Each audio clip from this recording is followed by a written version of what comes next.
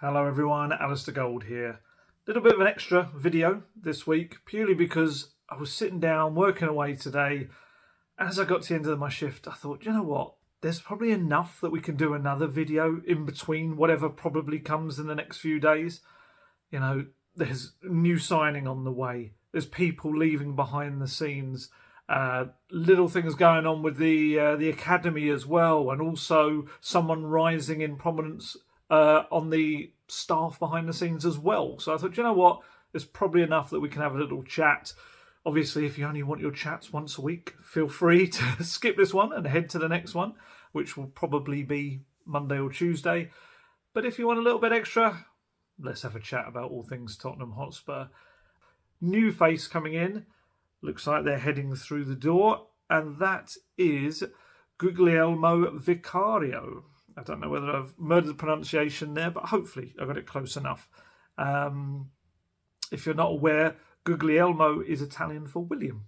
And William, if you look up the meaning of William, means resolute protector, which is a wonderful description for a goalkeeper of Tottenham Hotspur, because he's going to have to do some protecting, a lot of protecting.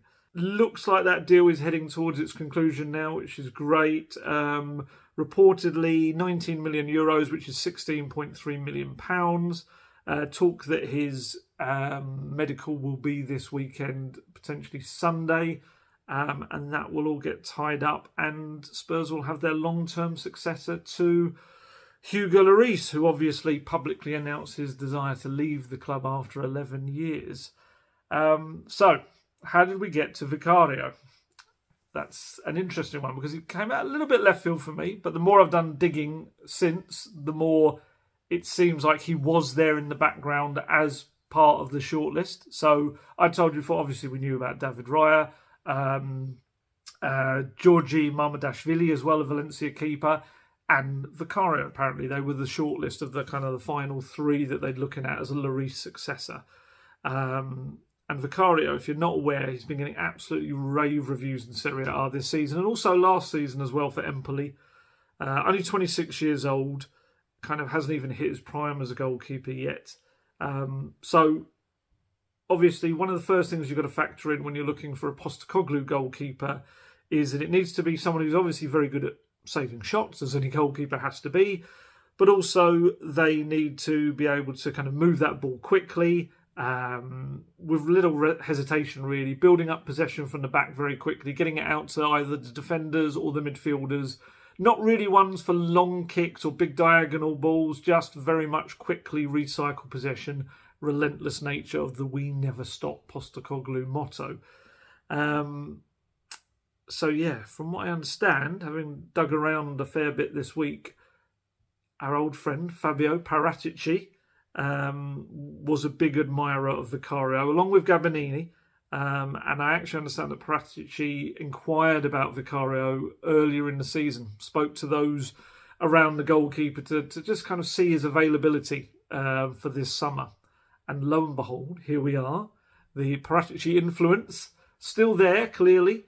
And also Gabbiadini, someone that would have bigged him up as well. And here we are at this stage. I mean, this is my opinion. This is not to say this is fact. This is just kind of my opinion.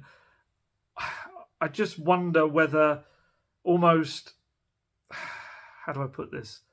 They always had in the back of their mind Vicario would be a very good keeper. And obviously we'll talk about what he's been doing in Serie A and the massive praise he's been getting as well. But I wonder, whereas as they got to the end of the season, they started to think to themselves, well, you know, David Raya's ready-made. He's there for the now. If we can get him with 12 months left for a good deal, perhaps that's a safer bet right now. So they've gone, obviously, to Brentford and said, so, David Raya, eh? What you got for us? What's the price? And then they've been told 40 million, and they've been like, yeah, that's not what we were thinking of paying. And obviously, the Spurs' way of hoping that that will go down a bit, as maybe other clubs aren't too interested or don't fight for him. Presumably, they just got the sense, okay, that price is not going down. Let's go back to Vicario, because quite frankly, he ticks so many of the same boxes. Yes, he's not ready-made. He doesn't have the Premier League experience, but ultimately, you know, he can be a big player for the future. And Sonny, yes. Sonny, you'll have seen, was linked with a £50 million bid to join the Saudi exodus. That was the word I was searching for last week. Thank you very much for everyone that put that underneath the video. Al Ittihad, 50 million. They're the side that bought Karim Benzema. I think they're the ones that got N'Golo Kante as well.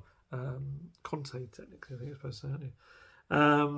Obviously, we know what's happened with the top Saudi clubs are all trying to bring in some of the best players in Europe, and they're not even like going for. It's not like a retirement home thing. They're going for younger players, like Ruben Neves as well.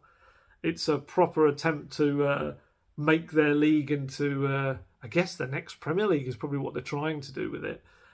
So obviously, Sonny's name came up. From what I understand, Spurs were never going to be open to it anyway, whatsoever. First and foremost, Sonny is an incredible talent. I think will be amazing. I don't know what word I was going to go for. Marvellous, amazing under Postecoglou. I think he will bring the very best back out of him again. But even if you're going to be completely cynical, he's such an incredible, marketable guy as well. He is, people have referred to him as the Beckham of Asia. For Spurs, 50 million. I don't know the figures of how much they make from just having Sonny as a player because of how incredibly popular he is, but I'd imagine it's probably not worth that amount from what you're going to get over the coming years. But I should stress, that's a very cynical way of looking at it. The best way to look at it is just he's one of the best players in Europe. He really is, if not the world, especially when he's on song, and he will be this season. I believe that. But he actually spoke about it. Sungmo Lee, the excellent Korean football reporter that you'll have heard me spoken about before, and obviously we had a great time out in South Korea last summer as he showed me his homeland and all the wonderful things about it and the wonderful people. Sungmo, grabbed these quotes from Sonny spoke after on international duty. He was asked about the Saudi links, and it's actually interesting. If you watch the video, he lets out a big sigh before he answers the question. He's clearly quite dismissive of it, and these are the quotes he said. "I have many things to do in the Premier League. Money doesn't matter to me now, and the pride of playing football, to play in my favourite league, is important. I want to play more for Tottenham in the Premier League. I'll prepare well when I'm back to Spurs."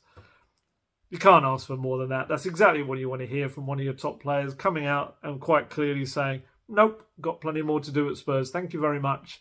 It's lovely to hear. And you'd expect no less from Sonny.